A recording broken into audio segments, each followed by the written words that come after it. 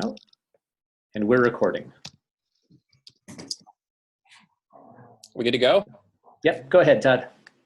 All right. So I'm talking about what I'm doing in advanced lab, but I thought I'd kind of do a little background as to how I got to where I am. And I actually started teaching with Matter and Interaction quite a few years ago. I think it was second edition, and started doing the typical VPython activities. And at the time, I was really the only programmer in the department.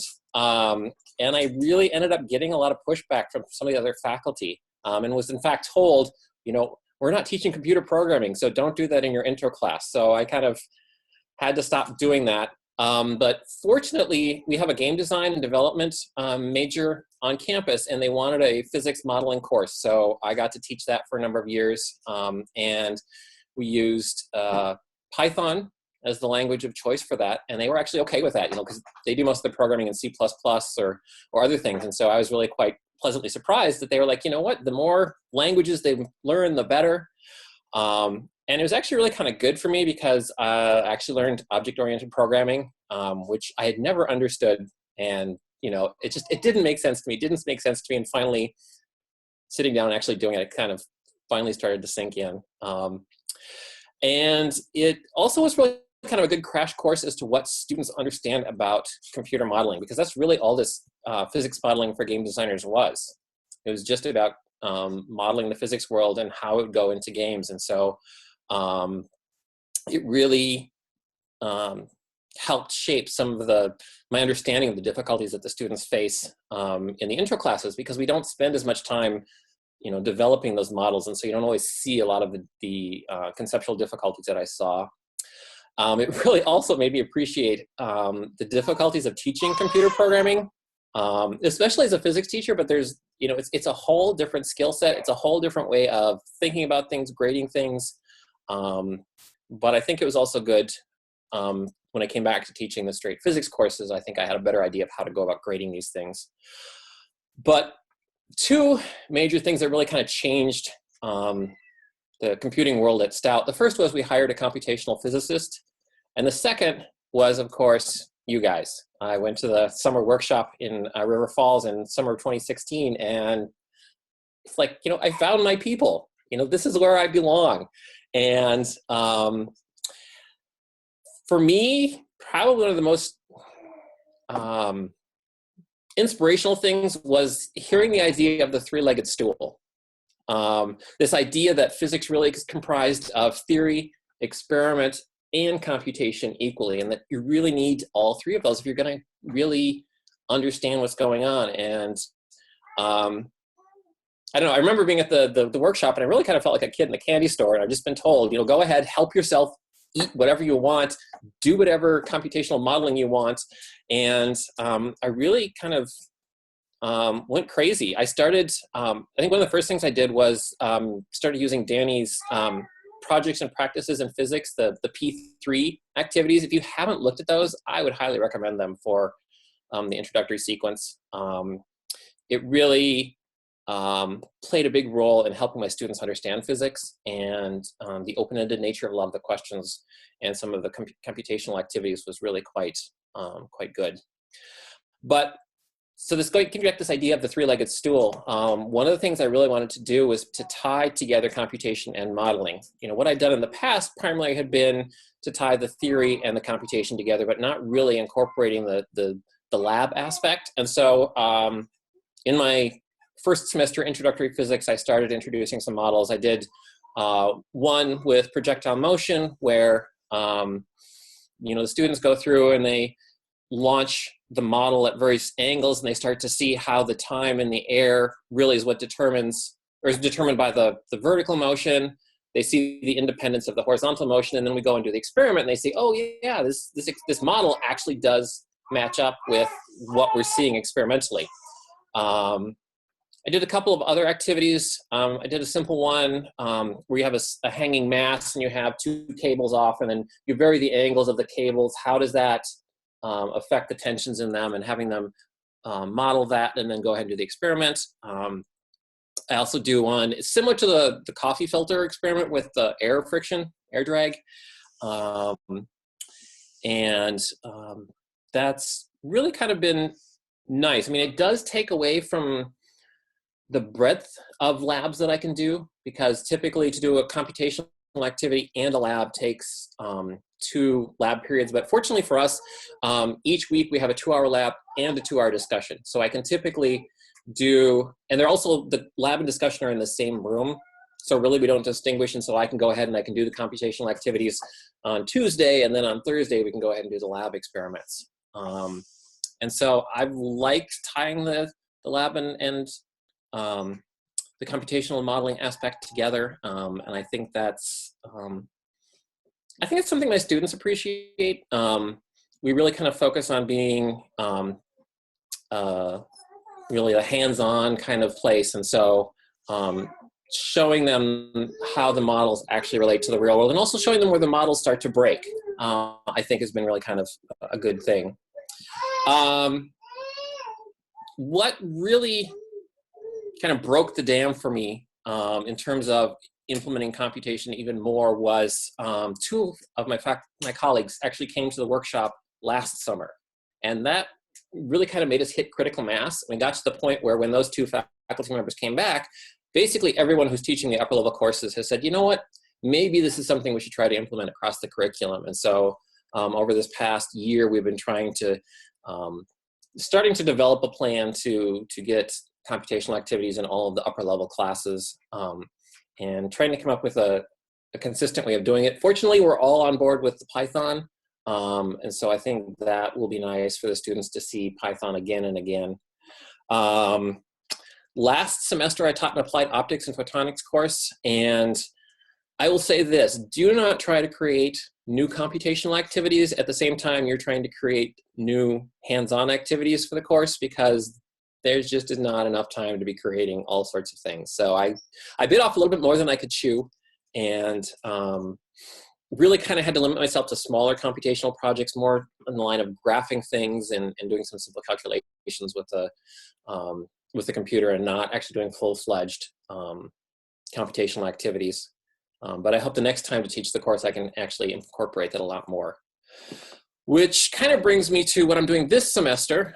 For the very first time at Stout ever, we are offering Advanced Physics Lab. And in conjunction, we're also offering a course called Introduction to Research Methods in Physics. It's a horrible name. I came up with it, but that's what I came up with. And just to give you an explanation of what these 2 courses are and how they relate, the Intro to Research Methods in Physics is a freshman level course. It's a general education course, and it's basically where students learn how to do things like keep a lab notebook, make measurements, how to work in groups, public speaking, scientific ethics, and essentially other skills of their choosing. I try to make it open-ended so they can kind of pursue their interests. So they can, if they're interested in programming, they can learn to do more programming. If they want to do electronics, create circuit boards, they can do that. 3D printing, there's several students that are interested in learning how to 3D print things.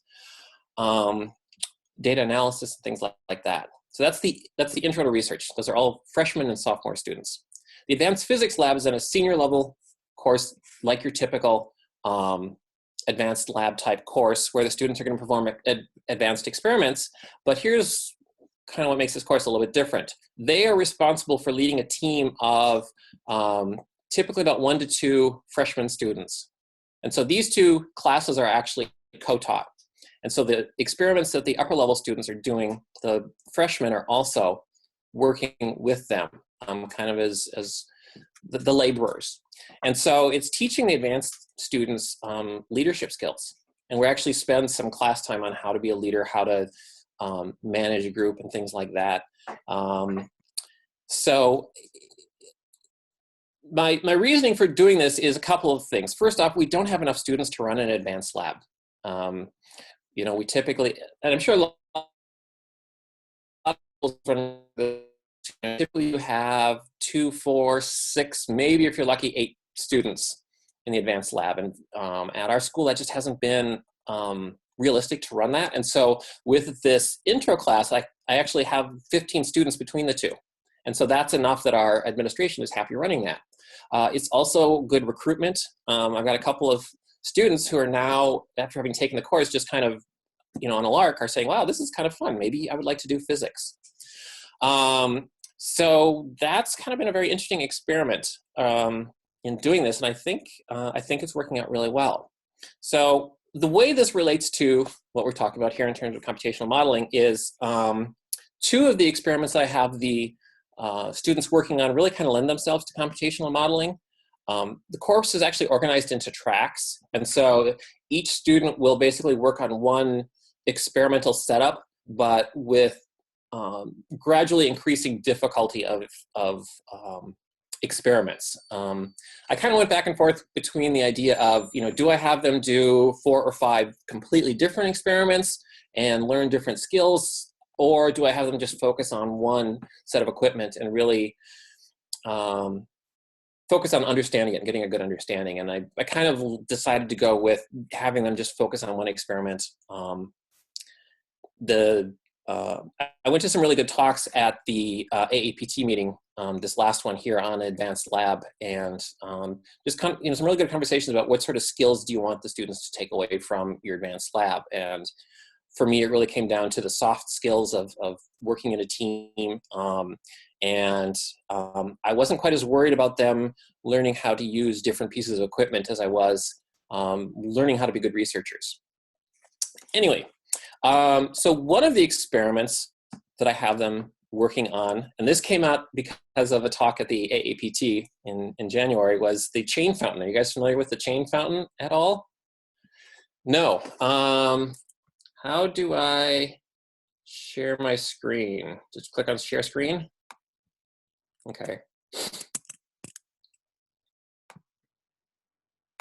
Oops. Select the window I want to share. Here we go. Share screen. All right, so this is one of these beaded chains that banks use for preventing you from stealing their pens or whatever, and this is actually about 250 feet of it. And it's on a cart, and they just pulled it off the cart. And what actually ends up happening is the chain will actually start rising up off the cart of its own accord. They didn't actually pull it up. They just let it to start falling, and it actually starts rising up on its own. And so the question is, why exactly is it doing that? Well, it turns out that the cart is actually pushing it up. The cart is what causes this thing to rise up, because what's happening is as the links start to lift off, they're trying to rotate about their center of mass, but because they're on the cart, they can't. And so the cart actually exerts a net upward force, which causes that chain to rise up. Let me show you another one real quick. This one was more just attractive, and no, that's not it. There it is. And so here we kind of have the view down the end. And what really strikes me here is that there's really interesting dynamics about what is going on here. There's these waves that are propagating along this chain as it's moving. And so this really strikes me as a perfect example of something that we could model computationally. When I was actually teaching the physics modeling for game designers, I created a very simple Python molecular dynamics engine. And so one of the things I want the students to do is try to basically take a whole bunch of spheres connected by springs and see if they can start to see some of these behaviors that we're seeing in this chain. And one of the questions for them really is what details do you have to add in to realistically produce this sort of behavior, which seems to me really kind of at the heart of what computationally modeling is all about. It's kind of that bridge between the theory and the experiment, trying to figure out what the dynamics are that's actually happening here. So, and so there's still a lot of unanswered questions related to the chain. And so, so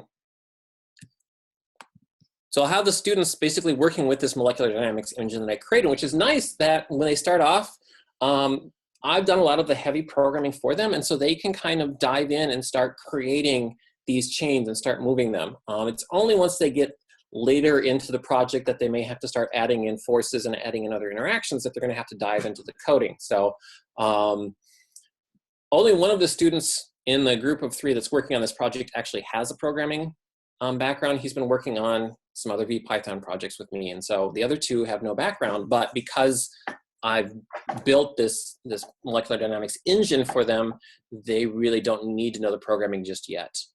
And so I'm really kind of excited to see what we can discover here, because it seems like there's still some unanswered questions. I was really surprised at looking at the literature on chains. There's still some things we don't fully understand with something as simple as a chain. So I'm hoping that with this computational model, the students will actually be able to answer some of the questions of where some of these behaviors of the chains are coming from. All right, so that's one of the projects. The second project that really kind of is a good fit for computational modeling involves creation of nanoparticles in a plasma. One of my colleagues, her research is in what's called inert gas condensation of nanoparticles, where you have a metal plate in a plasma, and the plasma bombards the metal plate, it knocks loose atoms, and then they start to conglomerate into these nanoparticles. And so the students are working on trying to figure out how the plasma conditions affect the agglomeration of these plasma particles. And one of the ways you go about characterizing a plasma is using a Langmuir probe, which is nothing more than a metal rod that you stick inside the plasma and you put a voltage on it. And that voltage is going to then attract the opposite charge and repel the like charges. And so you actually get a current on this probe, and by varying the voltage on the probe and measuring that current, you can determine some of the properties of the plasma. In particular, you can determine the temperature of the electrons and the temperature of the ions in the plasma. And so my thought is, again, using this molecular dynamic engine that I created, have the students model the plasma, create a little bar to represent their probe that they stick inside the plasma, and then we'll just apply some voltage to that and watch the positive and negatively charged particles attract or repel from this. And then anytime a particle strikes that bar, we can count that as current. And this colleague of mine, she has worked with students before taking Langmuir probe measurements, and these curves tend to flummox the students. They don't understand why they're getting these voltage or these current readings that change as a function of voltage. It's just kind of one of those things that, you know, they follow the directions and they go along and say, okay, yeah, sure, whatever. I don't understand it, but I'm going to do it. And my hope is by actually modeling it and letting the students see what is happening with these negatively charged electron and positively charged ions moving around in the plasma, and how the output current from that probe varies with both the voltage and the temperature, that the students will start to get a better understanding of what's actually going on in the probes, and get an understanding of how these things are going, what's going on behind the scenes, and also what sort of details we need to add in. I mean, I know for a fact that if you just do positive and negatively charged particles and put the probe in there with a voltage, you can get curves that look just like the real thing. But I know that they don't match up with the real world data, because there's all sorts of other effects related to how the plasma behaves that the simple model doesn't capture. And so my hope is that the students will be able to dive into seeing what some of these different details are. So it's still kind of early days for us. The students have just started working on the models and creating simple systems. But it's been nice to see that even the students that don't have any programming background have been able to get up to speed relatively quickly with Python, and at least, you know, create very simple systems. So I hope to really develop this going forward. And Kelly Roos has been talking with Alpha, which is the Advanced Physics Lab group. And I think there's going to be a session at their conference this summer on implementing computation in the lab settings. And so I'm hoping that some of these activities I can present there to kind of share with the advanced lab folks how you can kind of wed together computational activities with the lab activities. So that's kind of where I am right now. Anybody have any questions, comments?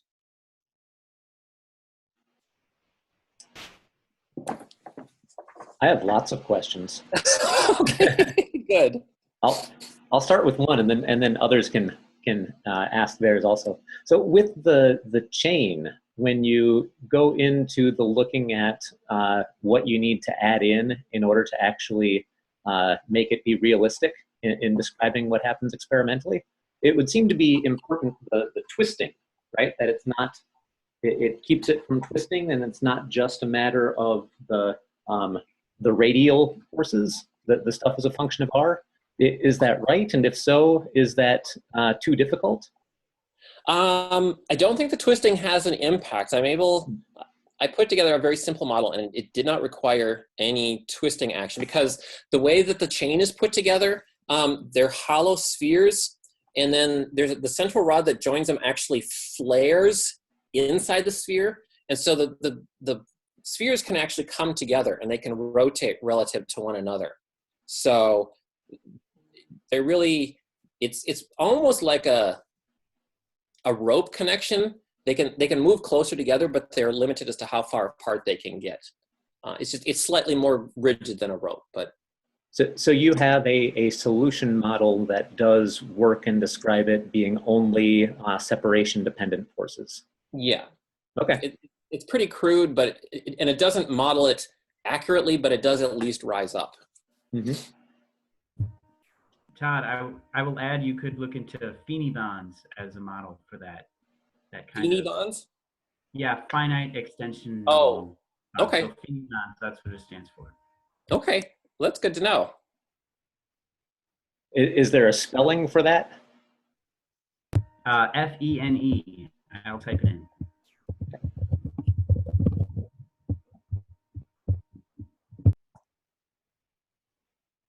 Other questions for Todd?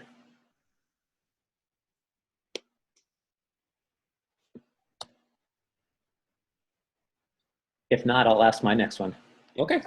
For the two courses, the research methods in physics and the advanced lab, you said for the research methods, that was freshman level and general education? Yes. So who takes that, and is that required? It's not required, but, well, okay, it is required for the applied physics, but most of our majors require some sort of lab course.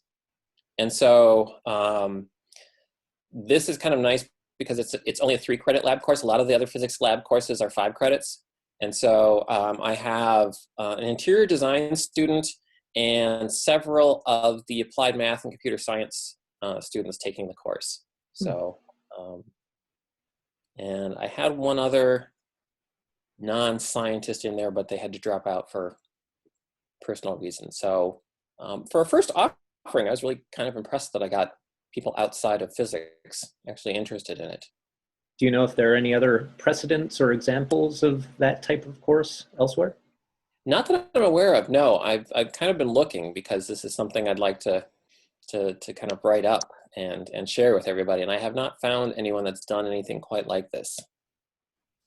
I'm really kind of excited. I think it's a lot of fun. It's probably one of the most enjoyable courses I've taught, and seeing the interaction between the advanced students and the introductory students really is kind of exciting. Other questions for Todd? Todd, could you tell us a little bit more about the interaction between the advanced students and the freshmen, the lower classmen? Sure. So just to kind of give you an idea how the course works, it's 2 3-hour labs a week plus a 1-hour lecture. And the 139 lecture is separate, or the intro lecture is separate from the advanced lecture, but the labs are overlapping. And so with the intro class, we've spent a couple of class periods just working on teamwork. You know, what does it mean to be a team member? Working on how to be active, how to work with one another, things like that. Whereas in the upper level class, I actually had a couple of classes on leadership.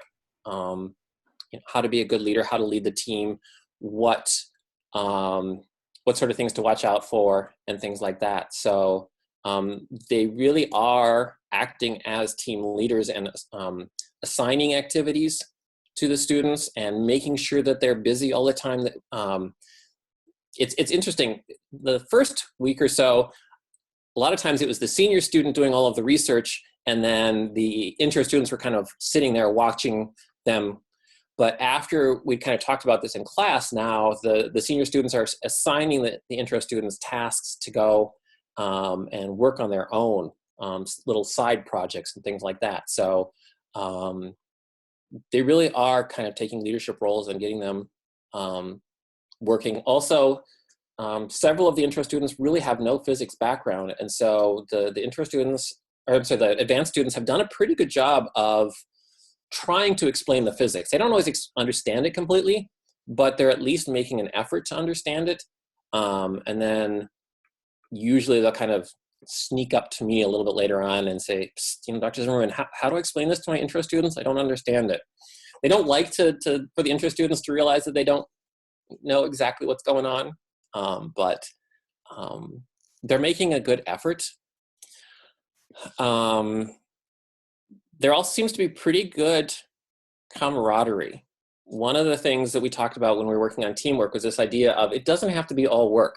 If you guys want to sit around and talk about, the latest movie that you watched or whatever, really try to encourage that, and so that they're developing some personal connections, and also trying to encourage them to interact outside of class. I know there was one pair of students that started playing chess together as a result of being in this class. So just trying to focus more on the soft skills, because that's not something I, as a physicist, ever really learned at any point.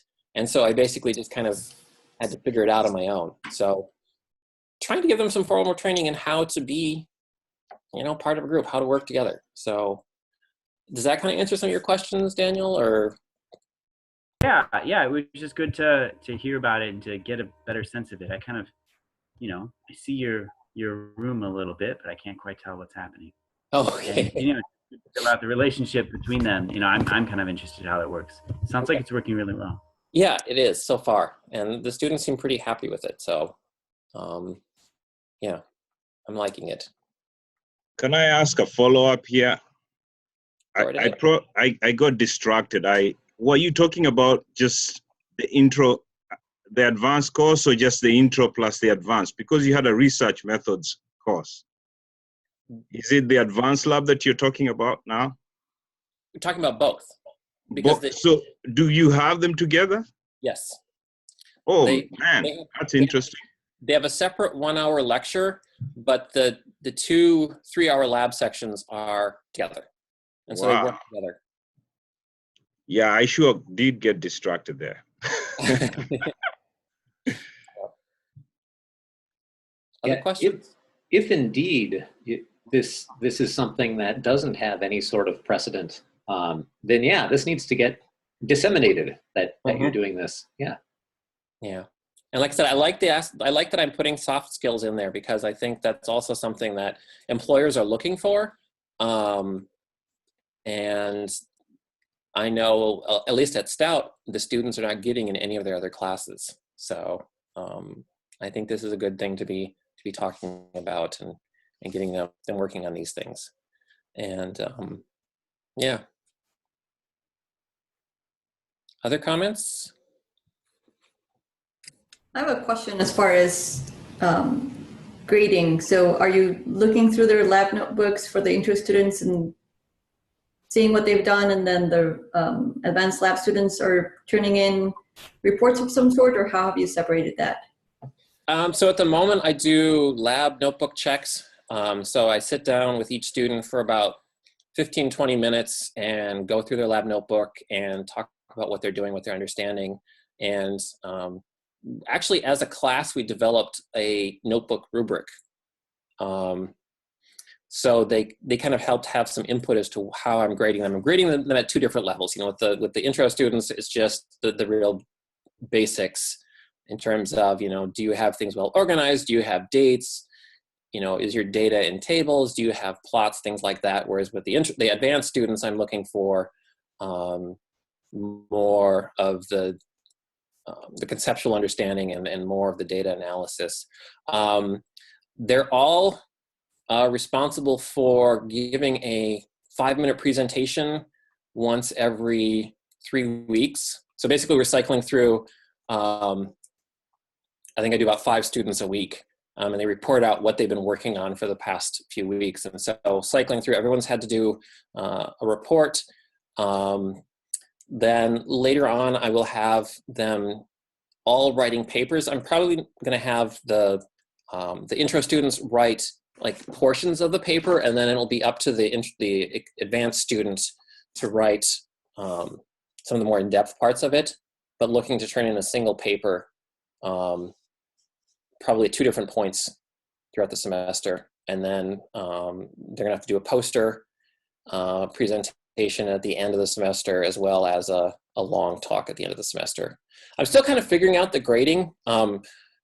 This first time through, it's really more about getting the experiments together. We really had no advanced lab equipment. And so this is, I managed to find about 15 surplus Heaney lasers and figured out you can do a lot of interesting things with Heaney lasers. And one of them is based off of my research, another one's based off of the research of another colleague.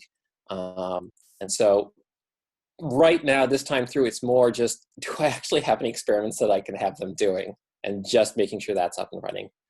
And so then hopefully the next time I teach it, I can actually focus in a little bit more on the grading. We don't actually technically have an applied physics major at the moment. It doesn't start until the fall. And so the reason that I started it now is because we have some students that are at the intro level that have started unofficially. And I managed to talk the materials and nanoscience faculty into allowing me to steal their upper level students.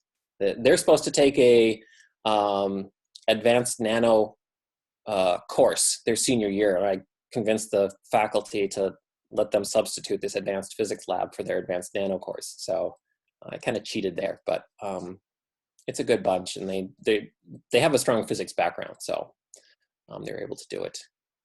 Anyway, long story short, I don't have as much grading and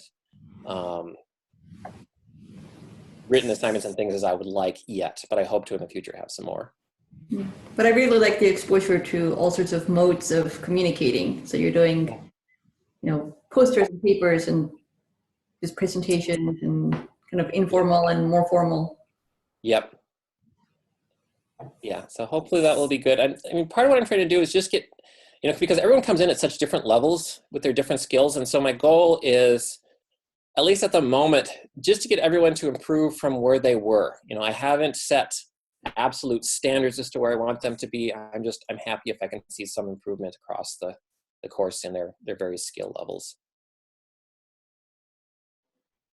Speaking of grading, at the beginning you talked about when you taught the course for the non-physics majors in the video game design, that then when you came back to teaching introductory physics, there were some things related to grading that you appreciated differently, and also the student misconceptions. I think those were 2 things that you mentioned, both of those, right? Yep. Mm-hmm. Could you tell us a little bit more about that, of what things you got a new appreciation for or had new ideas in terms of both the grading and the misconceptions?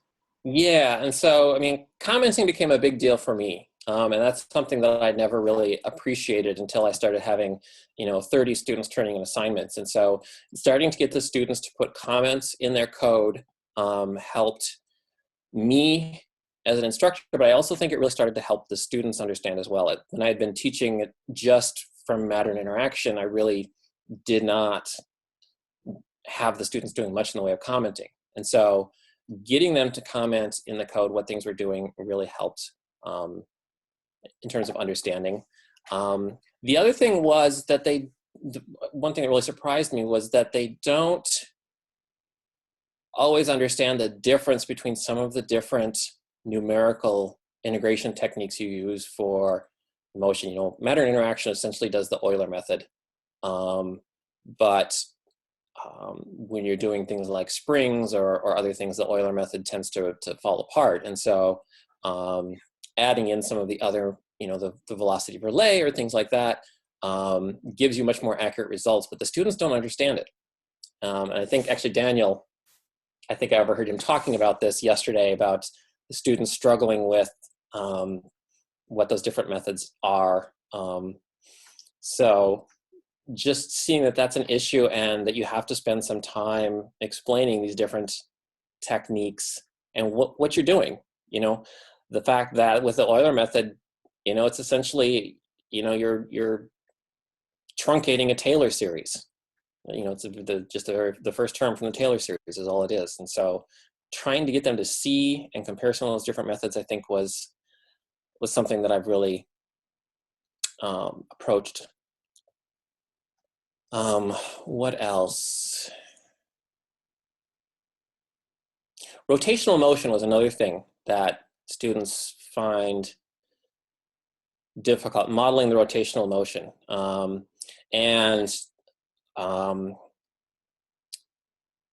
I don't do this as much as the intro physics course as I would like, but tying together this idea that if you have a point particle system where it's basically just a whole bunch of balls connected by springs, you don't actually have to model the rotational motion separate. Because the rotational motion, the conservation of angular momentum, and the rotation of the particles naturally comes out of the interaction along that spring. Whereas when you're modeling rigid bodies, when say you have a square, you actually do have to include a separate model that takes into account the moment of inertia of the object. And so I would like to incorporate more of that, but I think that may be more appropriate for like a classical mechanics type course than for the intro class. But that was something that really came out of that physics modeling for game designing sort of thing. Does that answer your question a little bit, Larry? Yeah. Yep. Other questions for Todd? Yeah, maybe. I found in the little bit of computation that I introduced into my courses that students often tend to take a computational result at face value. Okay, that's what I got. Here we go, and don't critically reflect on whether this actually is what one would expect. Is that something you found in your lab course? And yeah, and it's part of actually why I wanted to tie together the computational and the lab activity. And so the one activity that I have with the air drag, you can actually see that there are some differences between the computational model and the activity itself. Also with the projectile motion lab, go ahead and actually have them use the computational model to see for a given launch angle, where should the ball land, and recognizing that then the results that they get tend to have this scatter, and where does that come from? And so that at least opens up the conversation. I don't think they necessarily see right off the bat the limitations of the computational model, but it at least allows me to have the conversation afterwards. Why are your experimental results random? Why, or not random, but why are they varying? Why are they different from what you got? And why is it that when you launch it multiple times, you get slightly different measurements? And so that's one of the things I've liked about combining the lab with the computation. That brings up something I was wondering about. With that introductory projectile motion lab, how do you actually do the shooting? What do you shoot, and what mechanism do you use for launching? So we actually have, I think they're the Pasco spring launchers. Yeah, and those work pretty well. We had some home built ones, but they were pretty inconsistent. And so the Pasco ones have been pretty good. maybe as a follow-up to my questions, so how long does it take before students have acquired basic coding skills? So for example, what I found talking about projectile motion and calculating the range. So you have a term cosine squared of theta. So what the students code is COS ** 2, and and they get stuck. Yeah. When do they become competent coders? I don't know. I'll let you know if I ever see that happen. I mean, here's the funny thing. Even with the physics modeling for game designers, these students had Comp Sci 1, Comp Sci 2, a data structures course. And so this was, for some of them, at least their 4th or 5th coding course. And they still struggled with the computer coding. None of them knew how to debug.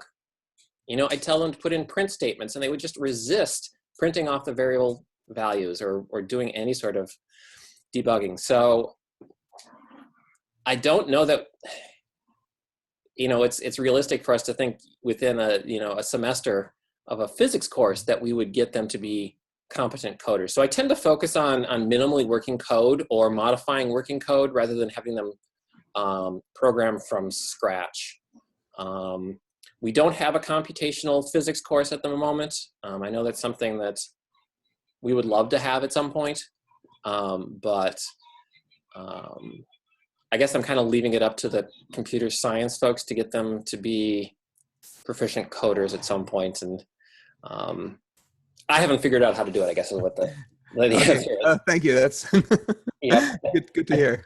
Yep. I think your example of the COS**2 is an interesting example that I would say, is not a deficiency in ability to program, but is just understanding the meaning of the way the mathematics is written, right? To then be able to translate the mathematics into code that they probably wouldn't get in their traditional computer science classes, right? Right. And that's actually a big part of the physics modeling for game designers, was actually developing a process where they would convert from, you know, mathematical equation into an indexed equation, you know, a stepwise equation, and then from a stepwise equation into computer code. And, you know, because, you know, when you're doing, you know, V is equal to V plus, or yeah, X is equal to X plus V times dt. Students don't understand why you have X equals X plus something else. That doesn't jive with what they're used to writing down. And so, at least with the physics modeling for game designers, I actually did go through the steps of teaching them how to convert from math into code. And that's something that's easy to overlook. What have been your perceptions of the student attitudes? Like, how have they liked it? What kind of value do you think they see in it? It really varies. Fortunately for us, the intro physics class, the first semester is primarily populated by these game designers. That's the largest portion. And so they all love it. They think this is great. This is right up their alley, and they see the relevance. With our science students that are not game designers, it's much more hit or miss, especially if they haven't seen coding before. If this is their first exposure to coding, there's a lot of pushback as to why am I even doing this? And that's where I really appreciate having matter and interaction, because they do make that part of their culture almost. I think doing computational activities in a course using a more traditional textbook might be hard. So I guess with the science students, I have very mixed results. Yeah. All right, cool, thanks. Yep. Do you have any thoughts about VPython versus Excel for the intro? Yes. And Kelly and I have arm wrestled over this. I definitely see the appeal of Excel and its use, but I've switched mostly to just using VPython, primarily to just focus on a single skill.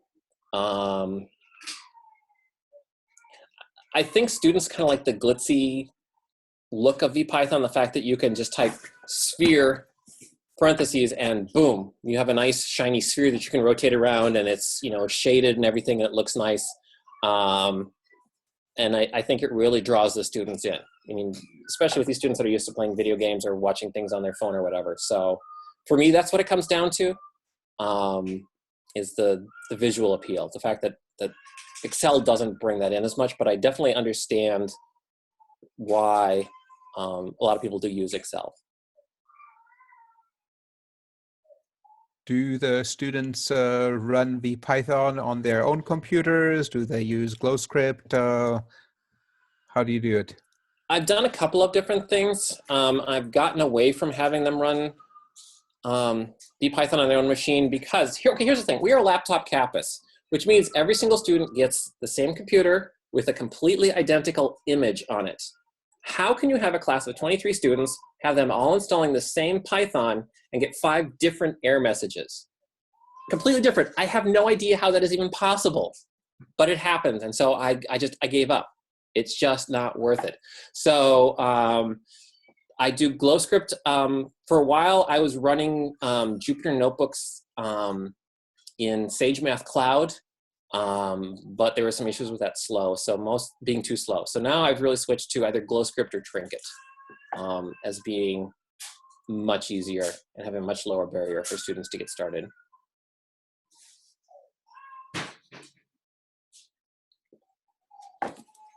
Other questions for Todd?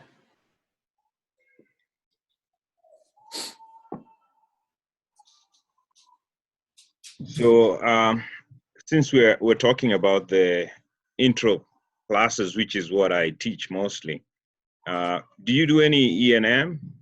And what kind of activities do you do in E&M, if at all? I actually have not taught E&M. Okay.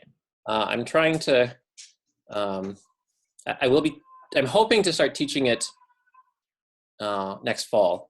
I think I've convinced the guy in charge of scheduling for fall to give me an E&M. Is that correct, Daniel? Yes, that is correct. All right. So yeah, I'll let you know after next fall what sort of activities I have for E&M.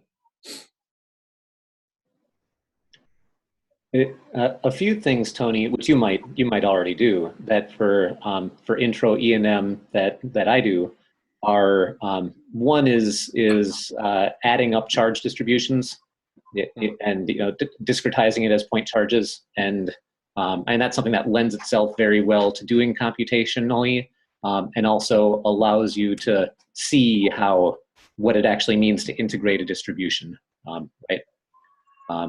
Circuit dynamics with RC circuits is something that lends itself well to integrating ODEs, stepping through time and getting dynamics in a circuit. Yeah.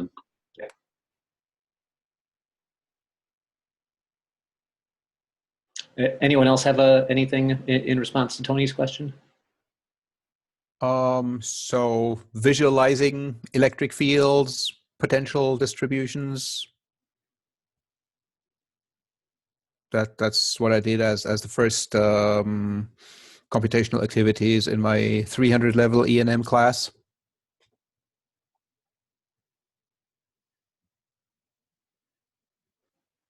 So I use Marand interactions, and I do the visualizing of the electric field, the dipole, and then I have a long hiatus after I do the magnetic charge, a moving proton, and then I kind of take a long break before I go into any computation.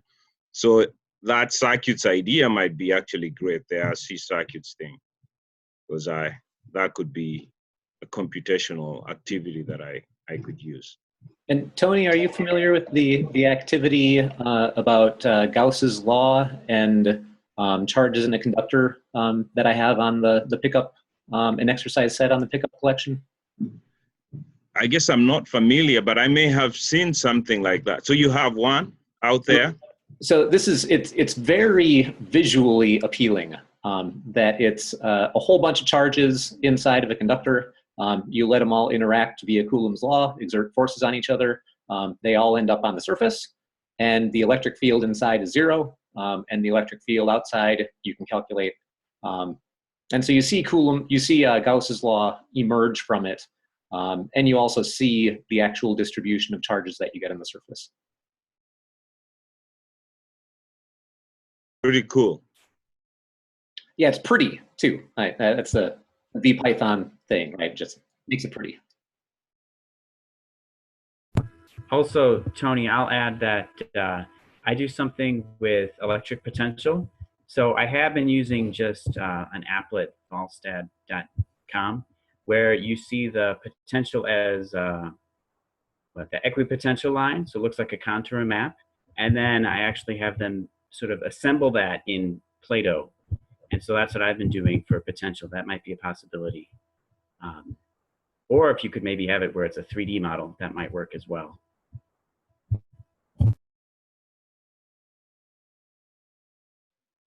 Did anyone have any other questions or comments for Todd?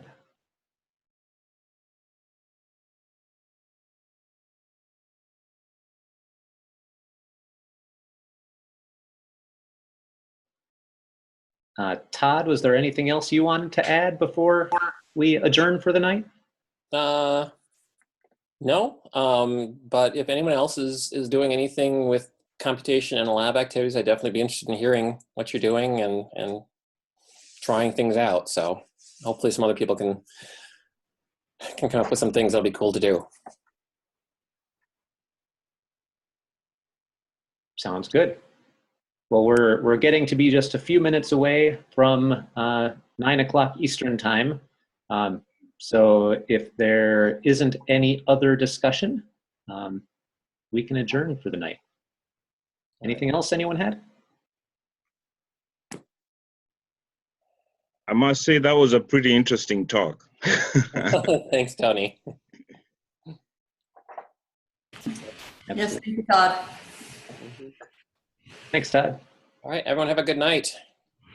Yes. Oh, I do have an announcement actually before we leave. For those of you in the area, the University of St. Thomas is hosting the Minnesota AAPT meeting on May 5th. Okay. So if you'd like to come, I can send you the details. All right. Thanks, Marie. Yep. Good night. All right. Good night.